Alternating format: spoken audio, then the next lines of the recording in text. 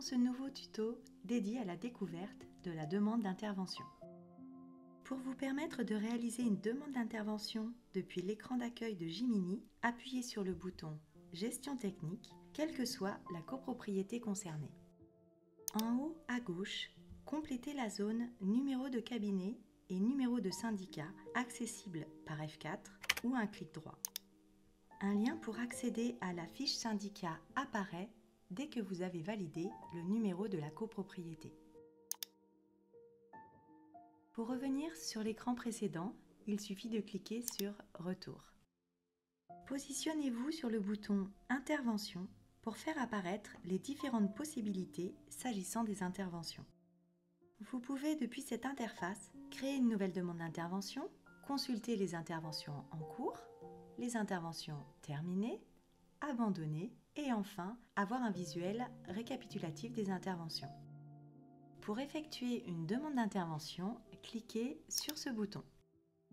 Si vous n'avez pas rempli le numéro de votre syndicat sur l'interface précédente, il sera encore temps de compléter cette zone. Elle apparaîtra vide. Vous pourrez utiliser le clic droit ou le F4 pour retrouver votre copropriété. À droite des références de la copropriété, vous aurez 3 raccourcis pour aller sur la fiche syndicat, pour aller sur la fiche technique de l'immeuble ou encore pour consulter la liste des copropriétaires. Par défaut, apparaît la date du jour de la demande, mais également la date limite d'intervention. Si vous souhaitez modifier cette date, vous pouvez utiliser le calendrier ou bien la saisie libre. La date limite d'intervention est calculée en fonction des paramétrages que vous avez effectués dans le panneau de configuration s'agissant du temps de réglage souhaité. Il est à exprimer en jours. Si vous devez le modifier, vous devez aller dans Paramétrages, Panneau de configuration, Gestion technique et enfin Réglage des temps de réponse souhaités en jours. Complétez la zone Motif, puis choisissez l'origine de cette demande d'intervention. Appel, sinistre ou autre. Il convient ensuite de choisir le corps de métier concerné par cette intervention. Vous pouvez obtenir la liste de tous les types d'intervenants en sélectionnant cette zone grâce à votre clic droit ou F4. Nous allons pour notre exemple choisir un plombier. À la sélection du type de métier, vous avez pu remarquer sur le tableau à droite, l'ensemble des plombiers apparaît. Vous pouvez, pour vous faciliter vos recherches, appuyer sur Contrat de l'immeuble uniquement, faisant ressortir ainsi le plombier qui est attaché à votre immeuble et avec lequel vous travaillez donc régulièrement. Si vous connaissez le nom de l'intervenant, vous pouvez taper directement dans cette zone le début du nom de votre intervenant et les intervenants correspondant à cette demande apparaîtront sur le tableau de droite. Pour sélectionner l'intervenant, il vous suffit de double-cliquer. Vous pouvez bien sûr sélectionner un plombier qui n'est pas associé à votre immeuble. Lors de sa sélection, Jiminy va vous proposer si oui ou non vous voulez l'associer à l'immeuble. Nous allons cocher oui pour l'exemple. Comme vous pouvez le constater, Jiminy vous propose de remplir directement la saisie de contrat. Vous retrouverez les informations nécessaires pour cette saisie de contrat et l'association d'un intervenant sur la fiche technique de l'immeuble dans notre tuto sur la fiche technique. Une fois votre fiche remplie et validée, votre intervenant apparaîtra dans l'intervenant sélectionné et sera prêt pour la demande d'intervention. Pour cet intervenant, une seule adresse mail est enregistrée et sa fiche intervenant est bien paramétrée en envoi mail. Aussi, la coche se fait automatiquement. Vous pouvez, au bout de cette ligne, décider de lui envoyer directement un email, mais attention, ce ne sera pas la demande d'intervention.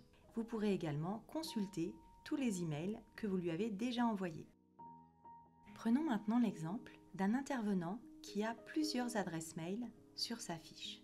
Comment le savoir quand vous êtes en demande d'intervention? Tout simplement, vous verrez apparaître le petit onglet « Autres contacts » qui vous signale que vous avez le choix d'une autre ou de plusieurs autres adresse mail. Pour avoir accès aux autres adresses mail, il suffit de cliquer ici, sélectionner et valider. L'adresse est changée. Il peut vous être utile, lorsque vous êtes sur l'interface de demande d'intervention, d'avoir accès à la fiche de votre intervenant. Vous pouvez vous rendre dans la zone de son nom, faire un clic droit. Vous aurez alors accès à la fiche de l'intervenant ou au contrat de l'intervenant. La fiche intervenant reprend le nom, l'adresse et l'ensemble des coordonnées de votre intervenant. Vous y retrouverez l'adresse mail principale et les autres adresses mail. Si vous souhaitez en rajouter, utilisez le plus. Si vous souhaitez en supprimer, utilisez le moins. Vous retrouverez en haut à droite son mode de notification et sur le tableau à droite, son ou ses métiers. Vous aurez également un accès à la fiche fournisseur. Si vous choisissez de faire des modifications sur la fiche intervenant, comme dans tous les écrans de Jiminy, n'oubliez pas d'enregistrer avant de fermer. Pour consulter la fiche intervenant, il peut être tentant de double-cliquer sur l'intervenant sélectionné et non d'effectuer le clic droit. Alors je vais le faire pour vous. Si vous double-cliquez, il disparaît et il réapparaît dans votre tableau. Pas de panique, vous n'avez pas tout perdu, mais il faut aller le récupérer. Il convient maintenant de remplir la zone des instructions que vous souhaitez donner à votre intervenant. La saisie est libre et les formules de politesse inclus dans la matrice de votre demande d'intervention. Pour rajouter des documents à votre demande d'intervention, vous pouvez utiliser le bouton plus pour aller chercher dans votre arborescence, les retirer avec le bouton moins et aller chercher un document dans vos documents associés de l'immeuble grâce à ce bouton. Le document apparaîtra dans ce tableau. Vous pourrez, si vous le souhaitez, rajouter un commentaire dans cette zone. Ce bouton vous permet de sélectionner les contacts que vous souhaitez rajouter à cette demande d'intervention. Il vous permet d'avoir accès aux copropriétaires, mais également aux salariés de l'immeuble. Les informations concernant ce contact seront reprises et la saisie reste libre si vous souhaitez modifier une information ou la supprimer. Pour information, seuls les copropriétaires dont le numéro de téléphone est rempli sur la fiche copropriétaire seront repris dans cette zone. Si vous sélectionnez un copropriétaire qui n'a pas de numéro, le nom ne sera pas reporté. Votre demande d'intervention est maintenant complète. Il convient d'établir la demande. Ce bouton va générer un document Word reprenant l'ensemble des informations contenues sur l'interface de la demande d'intervention. La demande d'intervention apparaîtra en format Word. Il sera encore possible de modifier les choses si besoin. À la fermeture du document Word, vous aurez la question « Souhaitez-vous générer l'attestation de TVA ?» Il convient de répondre « Oui » ou « Non ». Pour l'exemple, nous allons la générer. Jiminy va alors fusionner la demande d'intervention en PDF, l'attestation de TVA à suivre et si vous avez mis des pièces jointes, elles vont être également associées à ce même fichier. Si vous avez coché non pour l'attestation de TVA, le fichier reprendra uniquement la demande d'intervention et les documents. Après la fermeture de votre PDF, un message vous laissera le choix de l'envoi de l'association ou non de cette demande d'intervention sur votre fiche syndicat. Si vous cochez oui, il apparaîtra un mail reprenant le motif de la demande et les dates et limites d'intervention, de même que le PDF généré précédemment. Si vous cochez non, l'email ne sera pas envoyé, mais la demande d'intervention sera bien associée à la fiche syndicat. Vous pourrez retourner la consulter et l'envoyer plus tard si vous le souhaitez. Et enfin, si vous cochez annuler, il n'y aura pas d'envoi et pas d'association, donc pas de trace de la demande d'intervention que vous venez de préparer. Nous allons pour notre exemple cocher oui. Comme indiqué, le mail reprendra les différentes informations. Si vous souhaitez le personnaliser, la saisie est libre. Vous pourrez également aller rechercher des codes textes préenregistrés grâce à cette zone avec le F4 pour pouvoir sélectionner le code texte qui vous intéresse. Une fois les modifs effectués ou non, il ne vous reste plus qu'à valider pour envoyer ce mail. Après la notification en haut de votre écran de l'email envoyé avec succès, vous aurez ensuite accès à l'écran vous permettant de valider la notification par email aux membres du conseil syndical, si l'option a été cochée sur leur fiche, et aux collaborateurs, copropriétaires et à toute autre adresse mail de votre choix. Pour ajouter un collaborateur, il vous suffit de passer par ce bouton, de sélectionner le collaborateur qui vous intéresse et de valider. Vous pourrez également ajouter une adresse libre et de la même manière ajouter un copropriétaire en le sélectionnant dans la liste et en validant. Une fois votre choix terminé s'agissant des notifications, il convient de valider. Une fois cette action faite, la demande d'intervention est terminée et vous aurez accès à de nouveaux boutons qui pour l'instant restent grisés, visualisés et relancés. À partir de ce moment-là, votre demande d'intervention apparaît dans votre fiche syndicat. Vous pouvez, en double-cliquant sur la ligne, revenir à l'intérieur de votre demande d'intervention. Vous pourrez, si besoin, visualiser la demande d'intervention qui a été effectuée. Vous pourrez également relancer votre fournisseur.